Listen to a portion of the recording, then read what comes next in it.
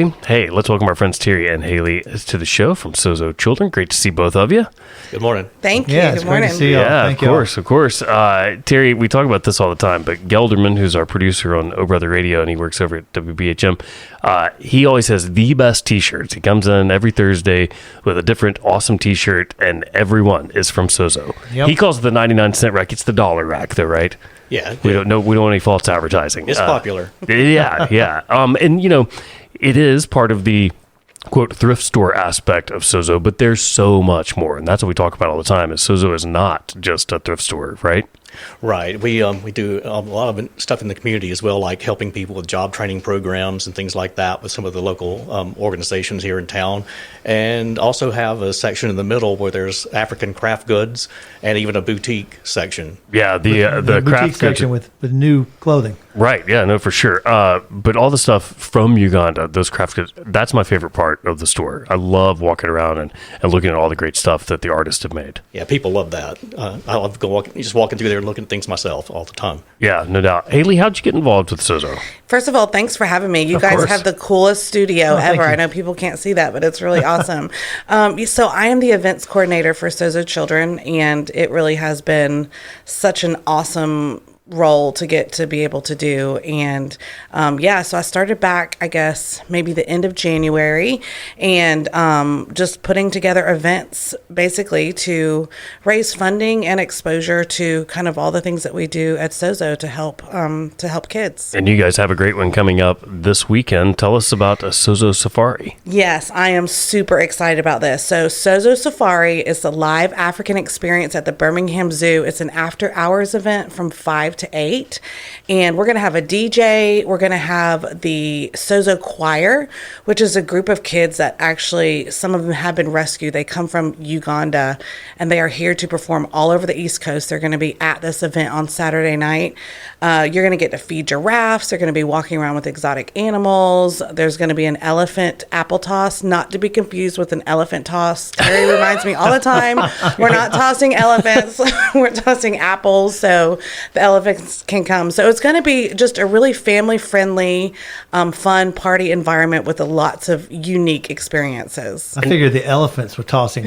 Right. Yeah. And so this is after the zoo is closed to the public, right? Right. So the zoo actually closes at 6. Our event starts at 5. So you can buy tickets at the gate, so to speak, but also on Eventbrite. So yes, mainly after hours from 5 to 8 p.m. Yeah, That's we're so cool. members at the Birmingham Zoo, and we were very excited when we saw this was happening. Yes. We're so excited. It's kind of a different event. Sozo has not done a family-friendly event, so to speak. So we're really excited to be able to meet some new people and just kind of let people know what we're all about while at the same time having a really great time. Yeah, I'm so excited that the choir is in town because not only are they just incredible, but it's a way for listeners and people that go and shop at Sozo to actually connect, right? And to see in person the amazing work that Sozo does. Absolutely. I mean, the first time I saw the choir obviously was, I think, when they first got here in February.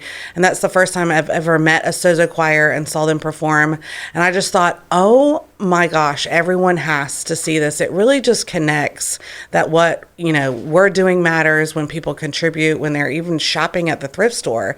It matters, and they're doing it for a child who doesn't have the same opportunities that a lot of us have. Yeah, and Terry, we talk about this a lot too. When we want people to donate, right? When they're cleaning out their closets, the garage, we want them to take stuff down there. And a lot of times with clothes, I am guilty of this. I'll be like, nobody wants that. Nobody wants that shirt. Like, that's a terrible shirt. Nobody's going to buy that. It doesn't matter because you guys recycle as well. We've kind of been over there and seen that process and how you guys get it started. So we want people to donate whether they think it's going to be something that will be sold or not.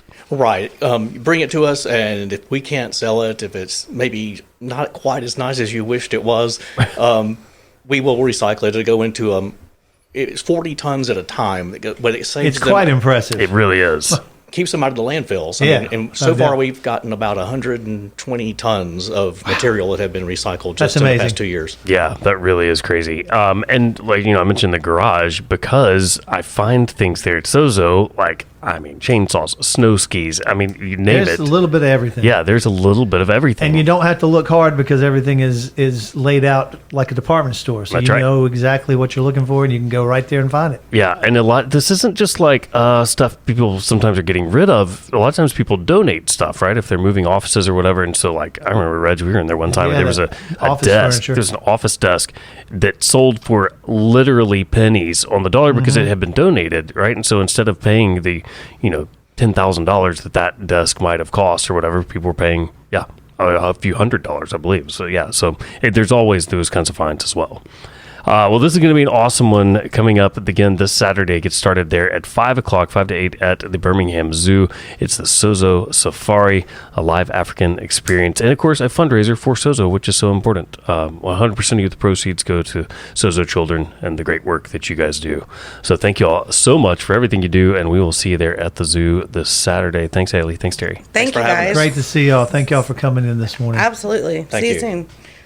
Hey, this Friday at the Diplomat Deli, Highway 31 in Vestavia Hills, it is our buddy Taylor Hollingsworth playing at the patio party.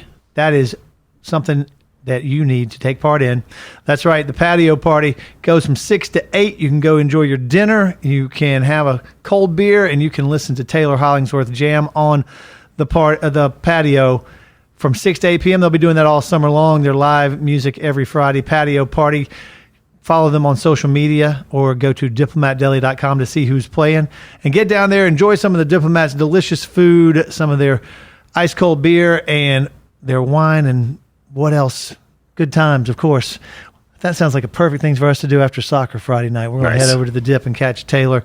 Get to the Dip, Highway 31 in Vestavia Hills, and online, diplomatdeli.com. Here's Vampire Weekend with Capricorn. It's on Birmingham Mountain Radio. Stick around, more Morning Blend on the way.